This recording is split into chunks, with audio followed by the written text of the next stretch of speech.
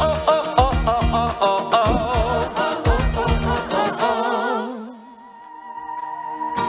morning, good morning, good morning. Live po tayo napapanood ngayon sa ating social media accounts sa Facebook at YouTube channel ng UNTV at Good Morning Kuya dahil araw po ngayon ng Lunes. Good morning mula sa Pilipinas. It's time to rise and shine.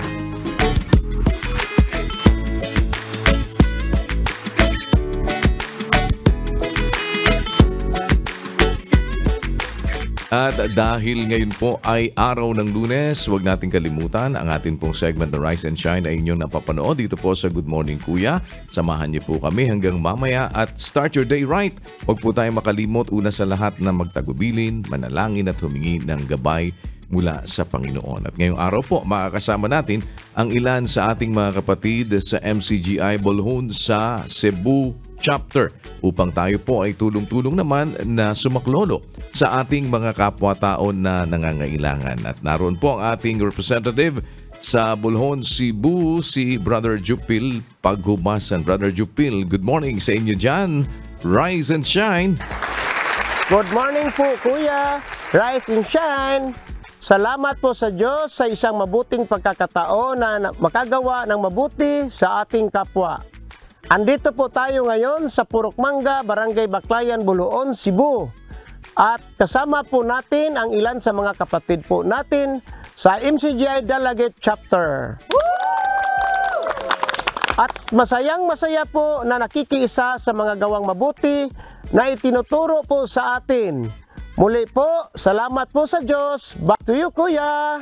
Maraming salamat Brother Jupil at sa inyo pong lahat sa ating mga kapatid na nariyan ngayon sa inyong pakikipagkaisa para tayo po ay maging maliit na kasangkapan na ang kabutihan ng Panginoon ay makarating sa ating mga kapwa-tao. At babalikan ko po kayo mamaya para alamin kung sino naman po ang ating sasaklolohan dyan sa inyong lugar sa Cebu. At isa pong sikat na putahe muna sa isla ng Palawan ang ating lulutuin ngayong umaga. Ang tawag po nila dito ay spicy adobo ranga-ranga. Paano ba yan inihahanda? Panoorin po natin sa ating Cook It Right.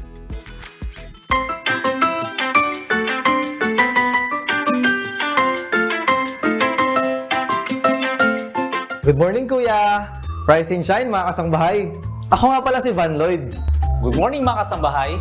Ako naman si Paul. Ngayong umaga, isamahan ninyo kami sa pagluto ng isang kakaibang dish na isa rin sa mga sikat dito sa Palawan. Wow! Gusto ko yan ah! Mukhang exciting! Paul, ano ba ang lulutuin natin ngayon? Maniwala ka sa akin, kakaiba talaga to. Ang tawag dito ay spicy adobo. Teka! Spicy adobong manok? Hindi. Spicy adobong baboy? Hindi rin. Spicy adobong ano? Ito ang spicy adobong ranga-ranga. Paul, ano ba ang ranga-ranga? Alam mo, Van, at mga kasangbahay, ang ranga-ranga ay isang uri ng seashell that is also known as spider shells. Actually, marami talaga nito dito sa Palawan, Van. Nakatikim ka na ba niyan? Hindi pa nga eh. Actually, na-excite na nga ako eh. At the same time, nagugutom na ako. Naku, saktong-sakto ako rin. Huwag natin patagalin to. Let's cook it right! Ano ba ang mga ingredients na gagamitin natin? Of course, cooking oil, bawang, luya, sibuyas, red bell pepper, siling haba, siling labuyo, toyo, suka, oyster sauce, liquid seasoning, asukal, paminta, laurel, and of course, our main ingredient, the ranga-ranga meat. So ayan mga kasangbahay, ngayon naman ay tuturuan tayo ni Paul kung paano ang preparation ng pagluluto ng ranga-ranga. Very easy lang mga kasangbahay. Ang una nating gagawin is i-prepare natin yung ranga-ranga shells natin. Bibiyakin natin para makuha ang laman mula sa shells. Lilinisin at huhugasan natin ang gusto para matanggal yung buhangin at yung bituka kasi makaka-apekto yun sa lasa ng ating spicy adobo ranga-ranga mamaya. Bukod pa ron, Van, at tatanggalin natin ang kanyang takip o operculum. Pakukuluan na natin ang ating ranga-ranga meat. Ang pagpapakulo ng ranga-ranga meat ay sa loob lamang ng 10 minuto. Pinapakuluan natin ang ranga-ranga meat para mas lumambot at matanggal ang lansa nito. Pagkatapos i-prepare yung ranga-ranga meat, ano na yung kasunod? Okay. So mga kasambahay, kainitin na natin ating kawali. And then, ilagay natin ang ating cooking oil. Yan. Painitin lang muna natin. Gigisahin natin ang ating ranga-ranga meat. Okay, dahil mainit nating mantika, ilagay na natin ang ating bawang. Haluin lang natin. Pwede nating isabay ang sibuyas. And then, itong luya. Napaka-importante ng luya kasi nakakatulong to sa pagtanggal ng lansa ng ating seashell. Ayan, take note mga kasangbahay ha. Yung luya, napaka-importante niyan. Halo-haluin lang natin. Red bell pepper. Tama na natin ang siling haba. Haluin natin. Actually mga kasangbahay, sa nakikita ko, medyo mabilis lang talaga siya at saka madali lang kasi yung mga rekado, halos sabay-sabay na eh. I agree. Tama ka dyan. Ayan. Our main ingredient. Ihalo na natin to sa ating lutong ricado. Ang bango. Ilagay natin ating soy sauce.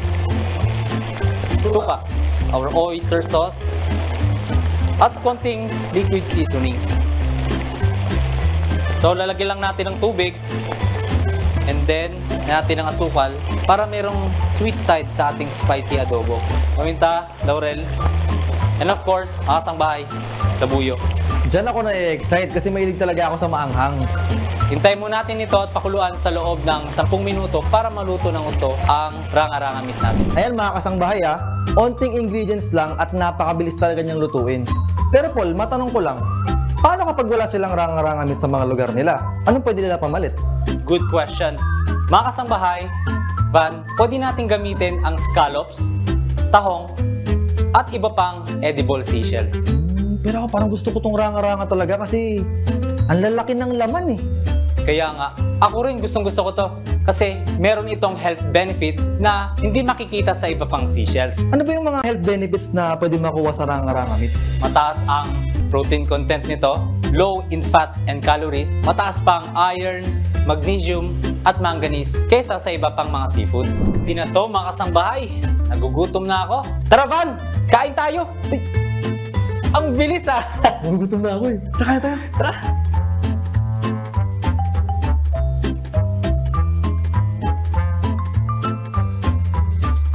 Yan mga kasambahay ha, huwag niyong kakalimutan. Bago kumain, Manalangin.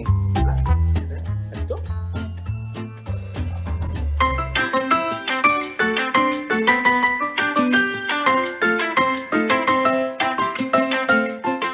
Sa atin pong Wonders of Creation, alam nyo ba na mayroong mga hayop na matinding hirap ang pinagdadaanan bago manganak?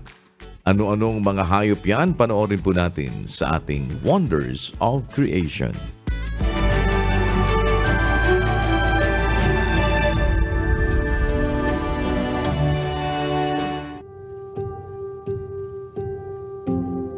Alam nyo ba na hindi lang mga taong ina ang nagsasakripisyo para sa kanilang mga anak? Ayon sa mga eksperto, ang mga hayop na ina rin ay ginagawa ito, kagaya na lamang ng sea otters. Ang mga babaeng sea otter ay nagbubuntis ng 6 na buwan sa bawat taon tuwing sila ay nanganganak ng hindi bababa sa isang baby otter at kung minsan ay 2 pa. Ang mga babaeng sea otters ay pahirapan talaga sa paghahanap ng kanilang pagkain tuwing sila ay nagbubuntis dahil kailangan na sila ay kumain ng katumbas na 20 hanggang 25% araw-araw upang mabuhay. Ngunit hindi ito madali, lalo na at sila ay may dinadalang baby sea otters sa kanilang sinapupunan. Sa oras ng isang baby sea otters ay umabot na sa 6 na buwan sa loob ng tiyan ng kanyang ina, kailangan na doblehin ng ina ang kanyang pagkain para mabuhay ang kanilang mga anak. Ito ay naiulat ng mga eksperto noong nakaraang taon sa Journal of Experimental Biology.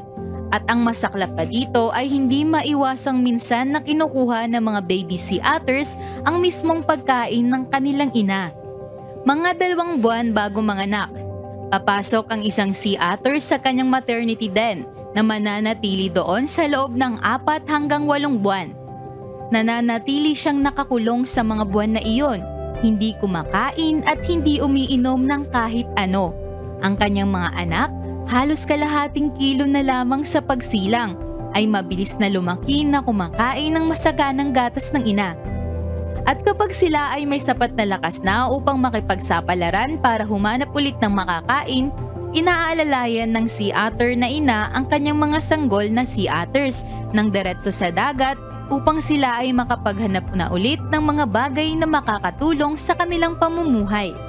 Panibagong araw at may panibagong kaalaman na naman ang ating natututunan. Rise and shine!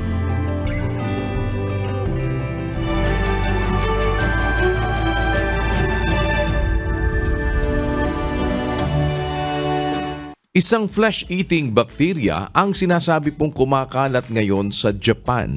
Ano ba ito at paano itong nakukuha ng isang tao? Panoorin natin sa ating Now You Know.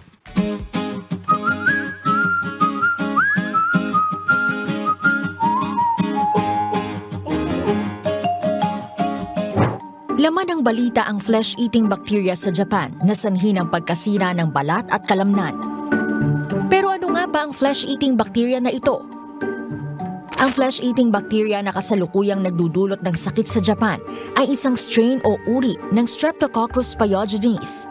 Ang Streptococcus ay isang karaniwang uri ng bakterya, pero ang flesh-eating strain na kabilang sa tinatawag na Strep A ay nagdudulot ng pagkasira ng muscles at balat ng tao o ng necrotizing fasciitis. Naipapasa ang bakterya sa pamamagitan ng pagpasok ng bakterya sa open wound, hiwa o kagat ng insekto, direktang kontak sa taong infected. Hindi man karaniwan, pero maaari itong maipasa sa respiratory droplets kapag umubo o bumahing ang isang taong infected.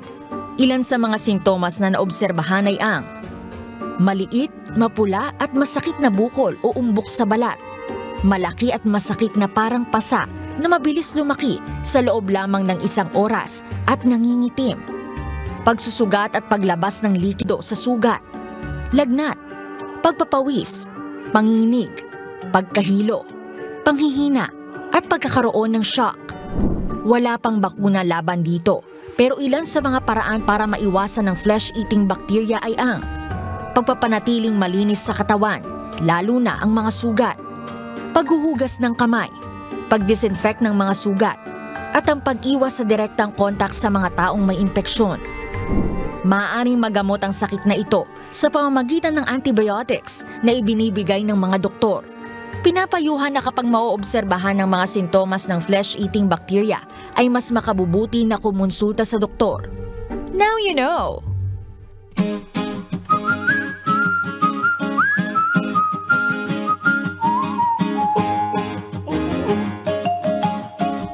Gusto niyo naman bang magkaroon ng isang bago at mabuting pag-uugali o habit? Narito po ang ilan sa mga tips. Paano tayo magkakaroon ng good habit? Panoorin natin sa ating You Can Do It.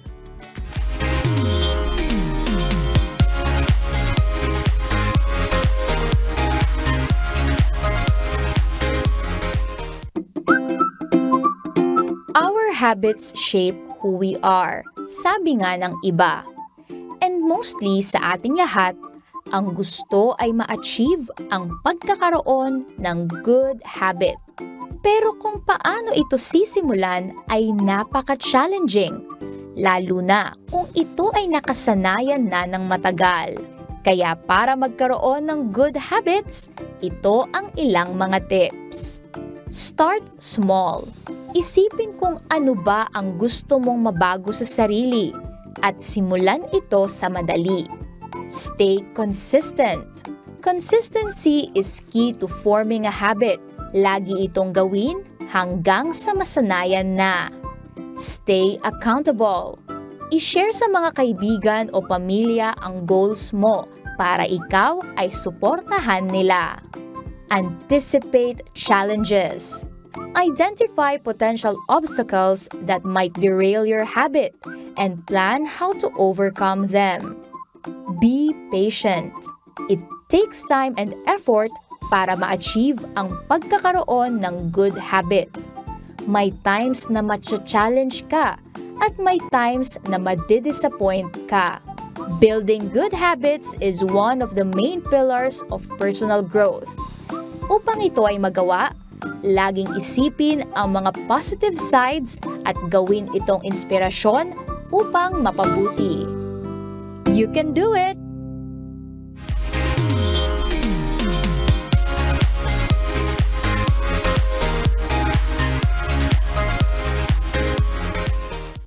At sa pagkakataong ito, atin na pong balikan ang ating mga kapatid sa dako ng Bolhoon sa Cebu.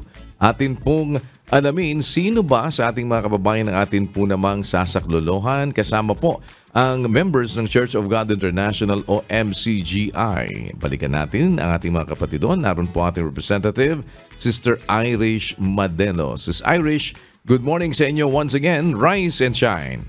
Yes po kuya, nandito po tayo ngayon sa Purok Mangga, Barangay Baclayan, Bolhoon, Cebu. Kung saan magkakaloob po tayo ng munting regalo para sa mga kababayan natin dito.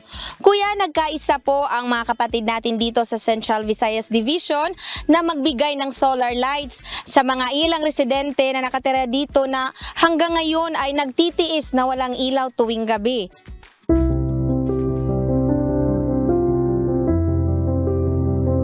Among income dire karang hinagmay ra gyud in town say mangubra kanang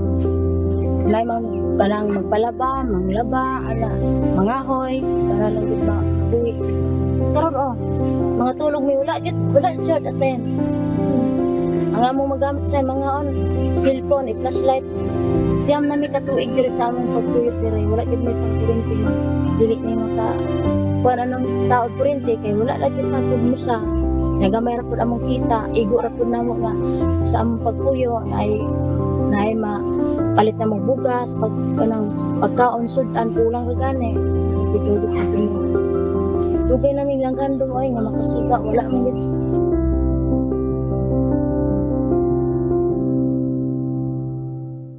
Kasama natin ngayon si Aling Resty Alipin.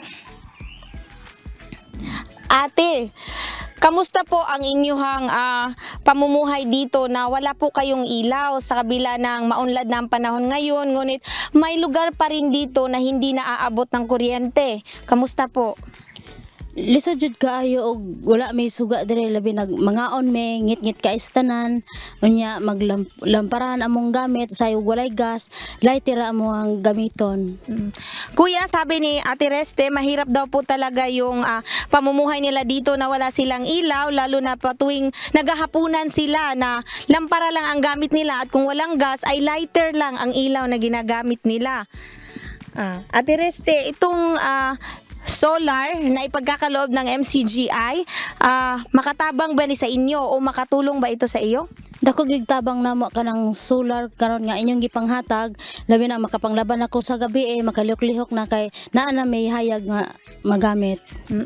Malaking tulong daw po sa kanila kuya ang ipinagkaloob nating solar dahil pwede na silang makagawa din kahit gabi dahil pwede na siyang makapaglaba. Ate, pwede mong tingnan. Ito po, narito po, nanay, narito po ang solar lights na ipinagkakaloob sa inyo. Masaya naman po tayong lahat. Malipayon gid kaming dako ma'am nga kuan na tagaan mi ninyog solar. Masayang-masaya daw po sila kuya na binigyan natin sila ng solar light. Ate, baka gusto mong bumati o magpasalamat ko og dako labi nag ang una sa Dios magpasalamat ta og dako nga kami gi tagaan mig kuan kanang suga og sa usapod sa MCGI. Kuya, nagpapasalamat daw sila unang-una sa Diyos at binigyan sila ng ilaw at sa atin po sa MCGI na nagbigay ng solar. Maraming salamat sa Ate Reste. Kuya, bago kami magpaalam sa inyo, mayroon pong inihandang pagbati ang mga kapatid natin sa Dalagit Chapter. 1, 2, 3. MCGI cares! MCGI shines! To God be the glory! Gugma! Maraming salamat po sa Diyos. Balik sa iyo, Kuya. Maraming salamat, Sis Irish, at sa inyo pong lahat, sa ating mga kapatid na nariyan ngayon. Bumabati kami sa lahat po na ating mga kapatid dyan sa Bolhoon, sa Cebu. Sa ating mga kababayan, salamat po sa pagkakataong kami naman ay makaabot sa inyo. Sa mga kapatid po natin dyan, pagpalain kayo ng Panginoon at sana'y lagi kayong magpakasigla sa atin naman pong sama-samang pagiging maliit na kasangkapan na makarating ang kabutihan ng Diyos sa ating mga kapwa-tao. Keep on shining and keep on caring. Pagpalain po kayo ng Panginoon. Sa pagkakataong ito, ating tunghayan po ang kwento ng pagsisikap ng isang mananahi na nagpasimula ng isang tahian gamit ang isang makina at ngayon ay supplier na ng uniforme sa mga paaralan sa kanilang lugar. Kahit na mahirap, huwag susuko, laban lang.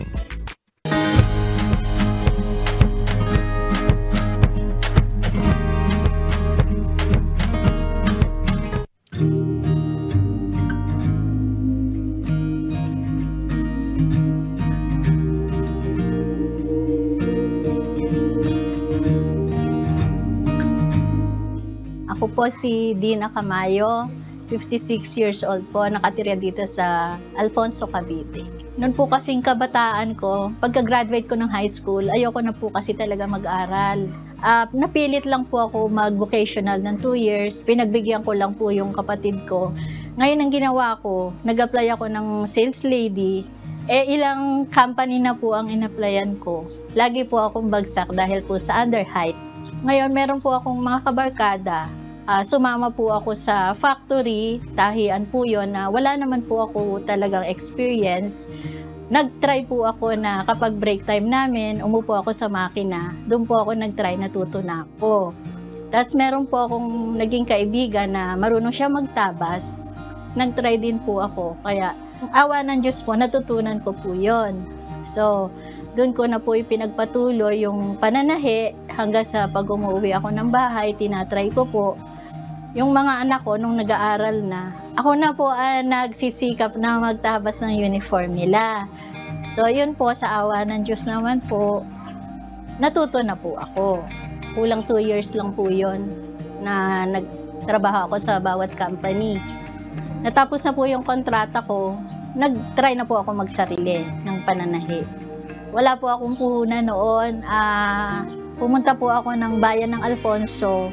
12 pesos po ang pera ko po noon. Kasi may prospect po ako na pwesto doon. Time na po pumunta ako doon, nabakante na.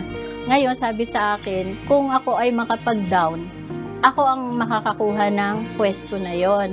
Pero natuwa po ako dahil sa awa ng Diyos, ako po na walang kapuhupuhunan, napunta po sa akin ng pwesto. Kaya naniniwala ako na yung pwesto na yon ay para sa amin, na magiging hanap buhay na pangmatagalan. Malapit po kami sa eskwelahan. Nung nakita nila na meron pong tahian doon, nag-try sila. Nakalimang pares po ako noon na sa awa ng Diyos po nagustuhan po nila, kaya nirecommend po nila ako doon hanggang sa dumami na po ng dumami. Siyempre po masaya po. Dahil yun po ang pangarap ko, magkaroon ako ng hanap buhay talaga, na marami naman po ang sumuporta. Yung 2015 po hanggang ngayon po, hanggang sa ngayon, andun pa rin po kami at ang na rin po kami ng 6 na high speed at saka 3 overlock po. At meron po kaming 6 na empleyado. Ako po talaga gumigising alas 3 ng madaling araw kasi pag prepare ko yung mga anak ko, pagkaalis po ng mga bata, pupunta na po ako ng shop sa Alfonso.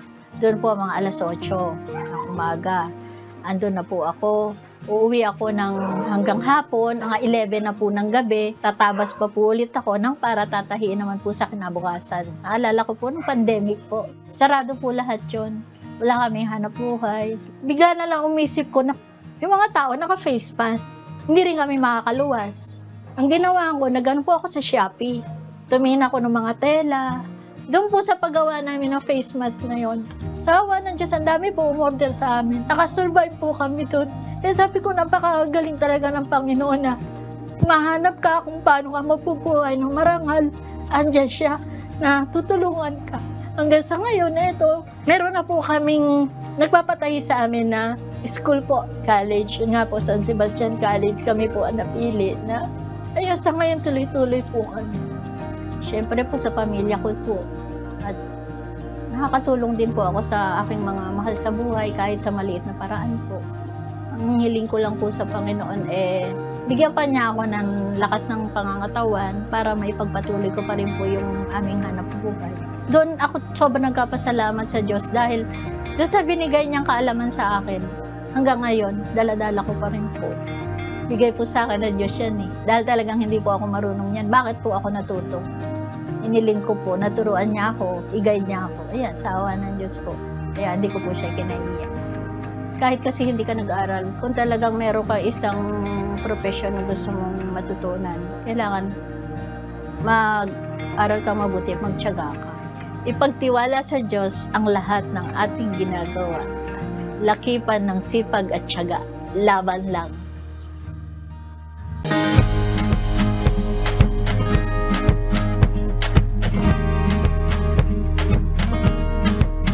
Nagtanong naman tayo sa ating mga kababayan tungkol sa isang issue. Anong ugali ng tao ang pinakaayaw mo at bakit?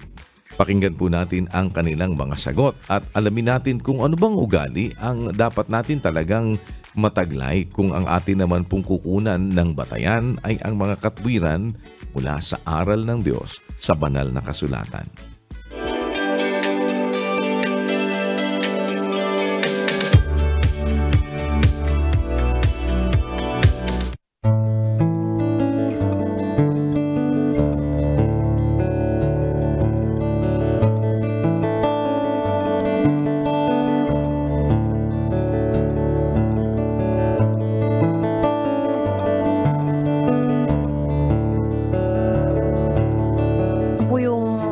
Ugali ng tao na pinakaayaw po ninyo? Yung ugali medyo mayabang. Bakit po ayaw ninyo nung ganong pag-uugali? Hindi ko makakasundo yun kasi ayaw ko ganong ugali. Yan ang limit. Ano po yung ugali ng isang tao na pinakaayaw po ninyo? Then bakit cause it? Yun nga yung sinabi kasi tulad na hindi masunurin. Kasi yun mo pagkagat kasama mo sa bahay, hindi sunod sa'yo, may stress ka kasi.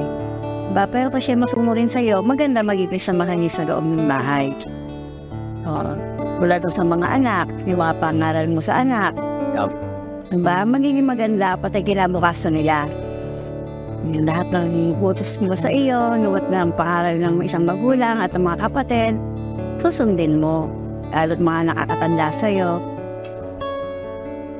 Ano po yung pag-uugali ng isang tao na pinakaayaw po ninyo? Yung nambubuli po. Bakit po ayaw nyo po nung ganong pag-uugali? Kasi po naranasan ko po yung binubuli ako. At saka yung sakit na nadarama ng isang binubuli. Parang naisip mo sa sarili mo, bakit nila ginagawa sa iyo yun? Ginagawa po masamang bagay sa iyo, yung pambubuli po. Parang nakasakit nga po ng damdamin. Ayun yung mga physical na ginagawa ng isang taong nambubuli. At masakit po sa damdamin, lalo na doon sa ginagawa po nung nambubuli sa binubuli niya, yung nadarama po noon, masakit po. Kaya po, ayaw ko nung mga taong nambubuli po. Ano po yung ugali ng tao na ayaw po ninyo, tsaka bakit ayaw po ninyo? Dahil sa amin, ayaw na yung binubuli mga kasama namin kasi pare-paret naman kami naghahanap buhay din. Kalimitan kasi nambubuli talaga sila. Sana iwasan nila yung pambubuli. Yun lang naman ang ko doon. Yung pang-asar ba, siyempre, yung kasama natin, aasarin mo, siyempre, hindi mo nakikipag-asaran sa iyo yung tao. Kung mo na sanang bulihin, yun na lang. Siyempre, masama loob no pag binuli mo siya. Di ba? Oo. Yung mayabang, tapos bang-ugali, tawag daw. Ayaw nga, nambubuli nga na tulad yung sabi niya. Ang mayabang po, ano ba tingin niyo sa mayabang? Bakit pangit yung ugali? Hindi, yung nambubuli siya. At yung sabi niya ito. Kasi magkakasama ng loob yun pag medyo maangas ka eh. Oo. Di ba ugali mo eh? Kailangan, pag sa terminal, para-para ka ugali, medyo panlamang sa kapwa. Siyempre, parang unfair yun sa mga ibang mga mahina. Manlalamang yung mga nakakalakas. Mahirap naman yung gano'n, manlalamang ang lagi sa kapwa mo. Nakakasama ng loob yun. Porkit mahina nga, lalamang mo isa. No, baguhin nila ugali nila para naman sa nakakarami. Mahirap naman yung ganyan ng mahirap na nga lalamang pa tayo. At parehas lang. Ang ugali ng tao ay kinabibilangan ng kanyang pananaw at mga gawin na naipapakita sa kanyang pakikitungo sa ibang tao at sa kanyang kapaligiran. Hinuhubog ng pamilya, edukasyon, kultura at mga karanasan sa buhay ang ugali ng isang tao. Ang ugali ay mahalaga sa pagbuo ng maganda at maayos na pakikipagrelasyon sa iba.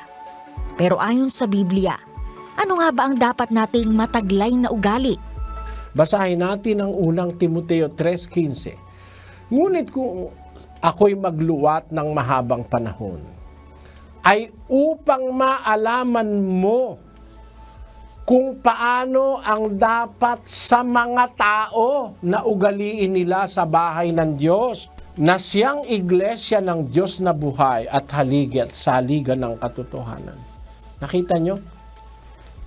Meron talagang mga tao sa iglesia ng Diyos na taong sa Diyos. Ang makakaalam ng tamang pag-uugali sa iglesia ng Diyos, yung mga tao natin. Yung marapat na pag-uugali, iniuutos yun. Kung magluwati ka kung mahabang panahon, malaman mo kung paano ang dapat sa mga tao na ugaliin nila. Ipinagtatagubili ni Pablo kay Timoteo na iiwan niyang mga ngasiwa sa iglesia. Malaman ni Timoteo kung paano ang dapat sa mga taong ituro niya sa mga taong ugaliin sa bahay ng Diyos. So ang pinagbibilinan ni Pablo na magtuturo sa ating mga tao na dapat nilang ugaliin sa bahay ng Diyos, na siyang iglesia ng Diyos, yung kanyang makakahaliling tagapangasiwa. Malaman mo, ikaw ang makaalam una. Kasi siya magiging tagapangasiwa pagkawala ni Pablo kung paano dapat sa mga tao na ugaliin nila sa bahay ng Diyos. Kaya tuturuan niya yung mga dapat na pag-uugali sa iglesia ng Diyos. Kasi ngayon nga yung magiging mga tao ng Diyos na magiging mga tao natin sa iglesia. Yung sinabi niya kay Tito na upang mapag-aralan ng ating mga tao na manatili sa mabubuting gawa. Mga tao ng Diyos ito, tinuruan sa lahat ng gawang mabuti. Ang itinuro'y galing sa lahat ng kasulatang kinasihan ng Diyos, mula Henesis hanggang Apokalipsis. Ito yung mga tao ng Diyos na kung magluluwat man ako, sabi ni Pablo, upang maalaman mo, sabi niya kay Timoteo, kung paano dapat ugaliin ng mga tao sa bahay ng Diyos. Pag-aralan ng ating mga tao na manatili sa mabubuting gawa.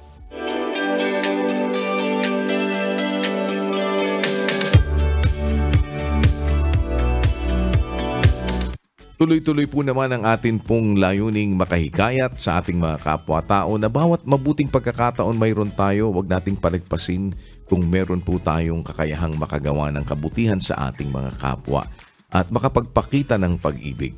Kagaya na sinasabi ng 3:27 po ng Kawikaan na huwag mong ikakait ang mabuti sa kinauukulan pagka nasa kapangyarihan ng iyong kamay na ito ay gawin. Kaya pumuli, isang social experiment ang ating isinagawa.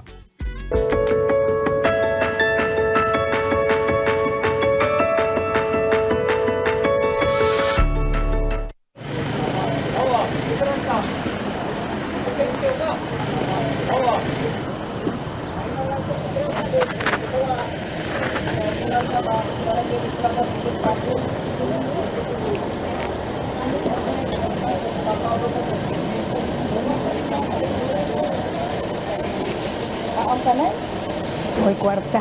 May sabaw. Hindi, ubutan. Nawa ako sa kanya. Kaya hindi siya kumain ng yung mga food na may mantika, ganun. Sumaawa naman. Kahit sabaw lang, sabaw man lang.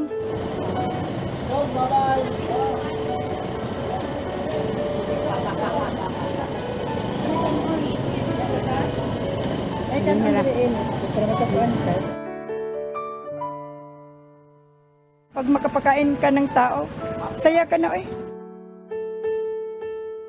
Dapat magtulungan, tapos mag-share ka para makatulong ka sa iba. Salamat po sa Diyos. Salamat po sa Diyos.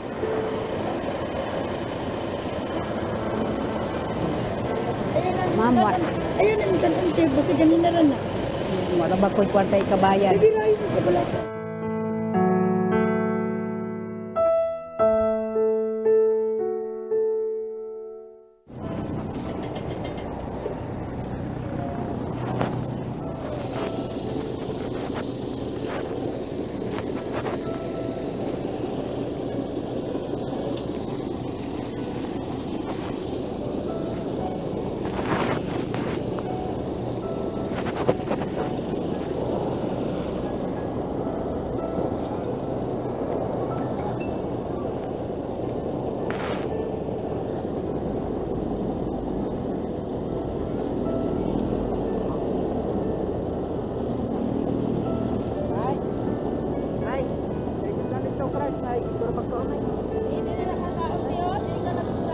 Hindi na lang po. Hindi aman. Salamat. Ako palit. Hindi na lang po kay. Sige, salamat sa Diyos. Salamat, sir. Masakit po. Yung ganyan. Nilihan ko siya ng ulam at saka kanin para makakain po. Masarap sa pakiramdam yung makatulong sa kapwa.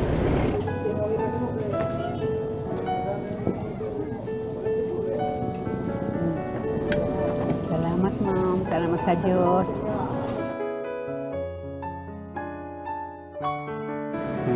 Kani nga social experiment, naka-realize ko nga dapat mutabang dito sa ubang tao. Dili lang sa lain sa kung pamilya ta mutabang, kundi sa lain pong tao nanginahanglan pod sila.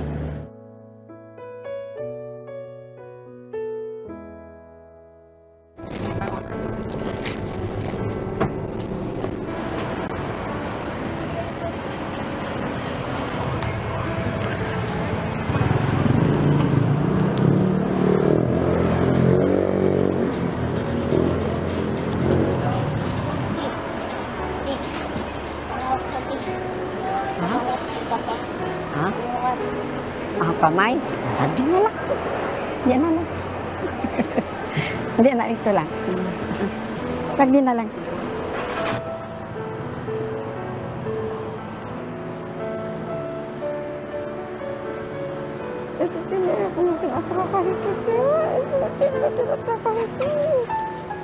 Ano yan po? Ano?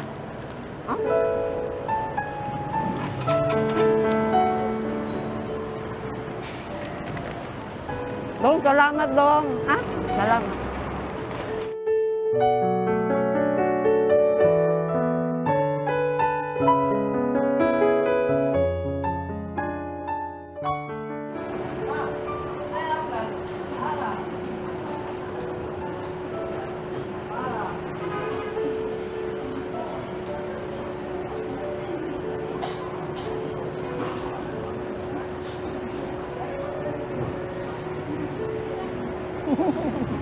Salamat. Salamat dong ya.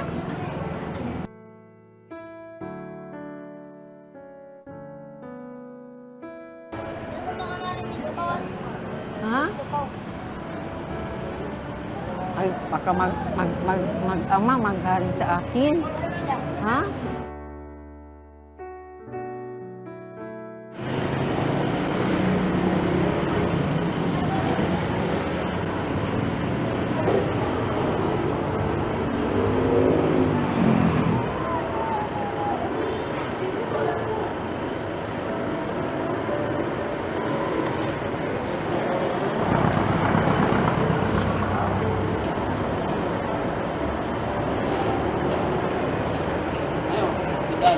Ha? Salamat. Salamat.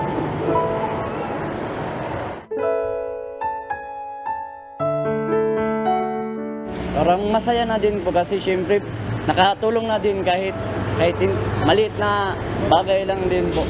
Kasi syempre kahit ako makita ko yung lola ko kumakain ng toyo na hindi ko kaya po. Dapat sana din po kung makakita kayo ng ganun, mag-taboy, dapat tulungan nyo.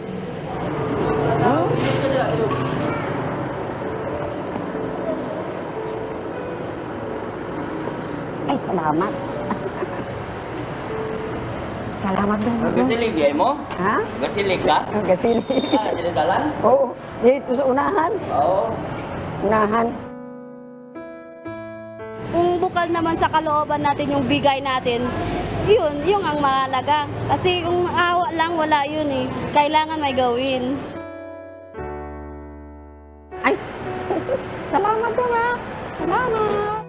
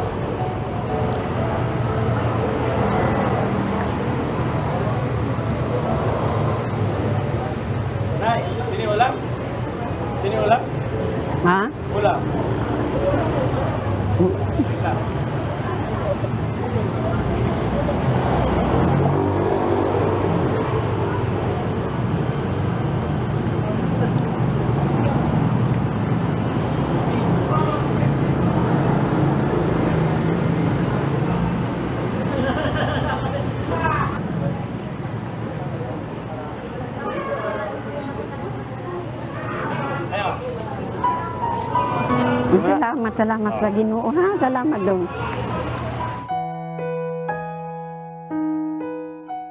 Obligasyon talaga natin bilang isang tao na tumulong sa kapwa natin tao.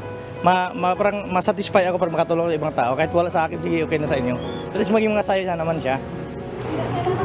Kaya, Salamat sa Diyos. pag sabag kulang rice, ha? Ito ni rice. Ito na ba rice, ha? Kung walang gumagawa, sino pa kayong gumawa? Kaya unahin natin sa ating sarili pa. Yung iba makakita, at least may mga tao pag ganito pala ang ugali. Deep inside happiness ba? Within you, na makatulong sa ibang tao, at least, role model ka, at least yung makakita ngayon, at least ma-share din nila sa ibang tao.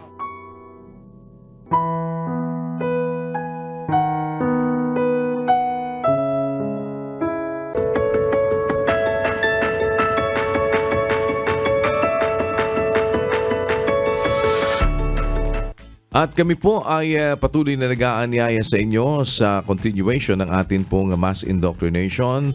Nasa day 11 na po tayo ngayong gabi, July 1, araw ng Lunes. Alas 7 po ng gabi yan, mamaya Philippine Standard Time pa rin po. No?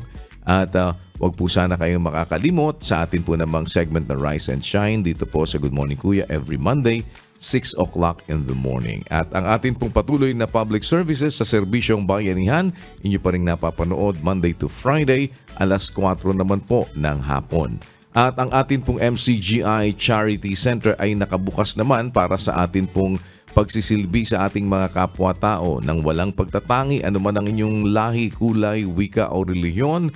Ito po'y bukas para sa inyong lahat. MCGI Clinic po yan every Friday ang ating medical mission. Registration time po natin alas 5 ng umaga hanggang alas 9 ng umaga. Libreng serbisyong medical po at iba't iba pa pong mga serbisyo dyan. May optical, meron po tayong dental, meron tayong laboratory, at ganun din po sa ating La Verdad Diagnostic Center. Dito naman sa MacArthur Highway, Barangay Sampaloc, Apalit, Pampanga. Mula po Lunes hanggang Huwebes, maaari kayong makapagsadya dyan. Ang registration naman po dyan, 10 in the morning hanggang 12 noon. At pag Friday ay alas 5 naman po ng umaga hanggang alas 8 ng umaga ang atin pong registration. Magdadala lang po kayo ng isang valid government-issued ID. At hindi naman po ito kailangan kayo member ng MCGI. Ano man po ang inyong religion, ano man ang inyong wika, ano man ang inyong political affiliation, wala po naman tayong hinihinging kapalit yan, walang bayad po yan, libre po yan na ating serbisyo sa ating mga kapwa-tao. Kasama po ng members ng Church of God International na patuloy na nagtataguyod na tayo po ay makaabot sa ating mga kapwa na nangangailangan at makagawa ng kabutihan sa lahat ng walang pagtatangi. At sa huli, mananatili pa rin po na sa Diyos ang lahat ng karangalan at kapurihan magpakailanman. On that note, muli po naming iiwan sa inyo ang isang awiting nagpapaalaala na hindi natin dapat na iwan ang mabubuting bagay na ating ginagawa sa ating buhay. Sa kanyang rendition ng awiting Unang Pag-ibig, narito po si Brother Carlos Samson III para sa ating On a Good Note. Maraming salamat po sa inyong pagsubaybay. To God be the glory. Sa lahat ng ating mga kapatid sa iba't ibang panig ng daigdig sa MCGI, keep on shining and keep on caring. Good morning.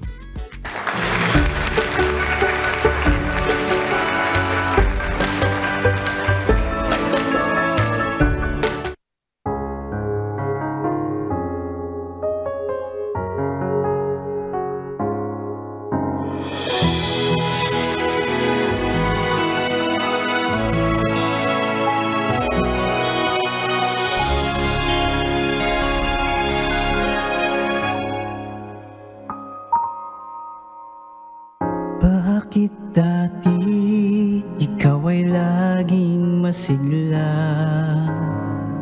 Ang hirap ay di mo inaalintana. Hindi pinapansin mga pangungutya. Sa puso'y may galak kahit lumuluha.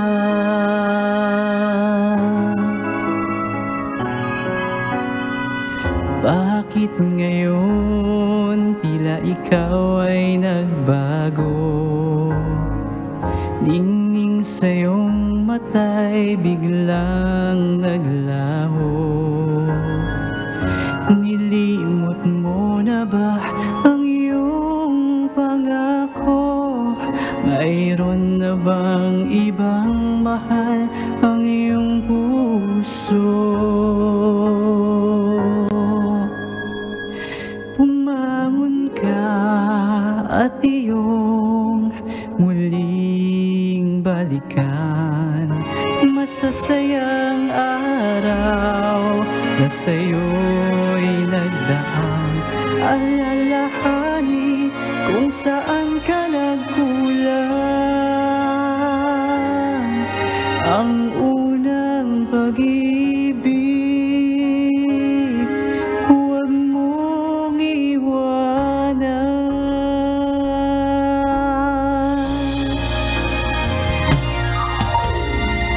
Bakit sasayangin mo ang iyong buhay? Pag-asang nasa'yo'y ba't papabayaan? Bakit pag-ibig mo ay tatalikuran nang dahil sa layaw at tawag ng laman? Humangon ka at iyong muling balikan. Masasayang araw na sa'yo'y nagdaan. Alalahanin kung saan ka nagkulang. Ang unang pag-ibig, huwag mong iwanan.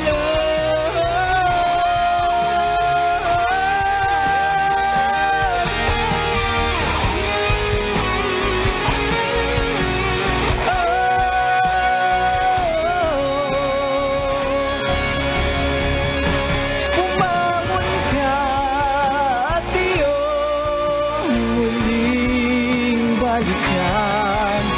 Masasayang araw na sa'yo'y nagdaan.